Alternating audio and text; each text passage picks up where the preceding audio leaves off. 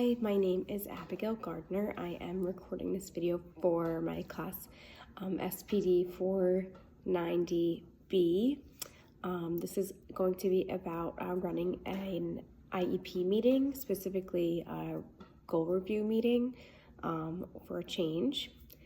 The first thing to do is at the meeting introduce all parties involved and represented in their roles. For this case study, the participants would be the parents who would need to approve and agree with the proposed change in order for it to move forward, the special education teacher who would provide evidence such as test scores, in this case in support of the proposed change, the general education teacher who would give an explanation insight on how math is taught in her class and how the proposed change would affect the student. The counselor can add information about the student's goals and temperament, how this could affect confidence, strengths.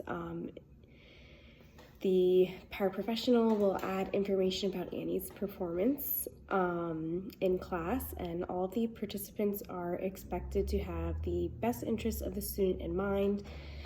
In this case, the student is not expected to participate.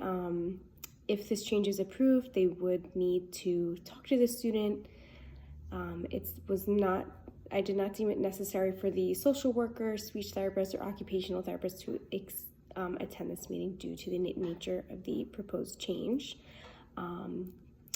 So in the next bullet point for the reason for the meeting, it would be to propose mainstreaming our case study student Annie into a general education math class.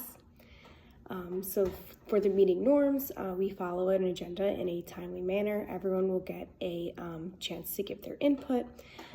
There will be a place for questions at the end after all the information has been brought to the table, and if there are any disagreements or ideas or tweaks, that everyone is expected to be respectful and considerate and talk through solutions or find ways to compromise. For this student, the present level of academic achievement will discuss test results, which are all at 90% and higher. Annie has a strength in math, and she does have trouble computing. However, she does use strategies to add and subtract. She keeps up in class. She can start her classwork and even go ahead on her own.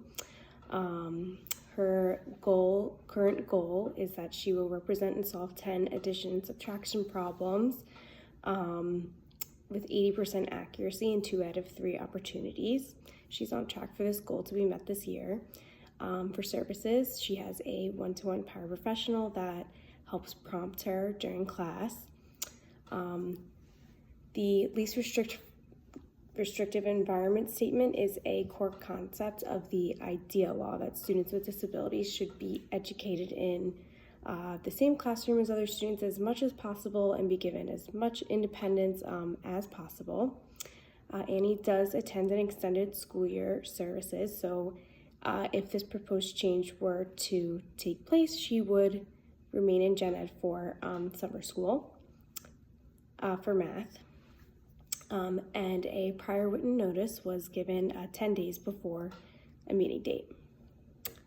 So in the meeting, as a facilitator, we have to actively listen to and address the needs of the family and all of the stakeholders throughout the meeting, and make sure that it's running smoothly, and if basically to make sure that everyone is on the same page, all the information is brought to the table, and that the student's best interest is really being shown here, and that there is data-driven evidence for this change that makes it necessary. And that's it. Thank you.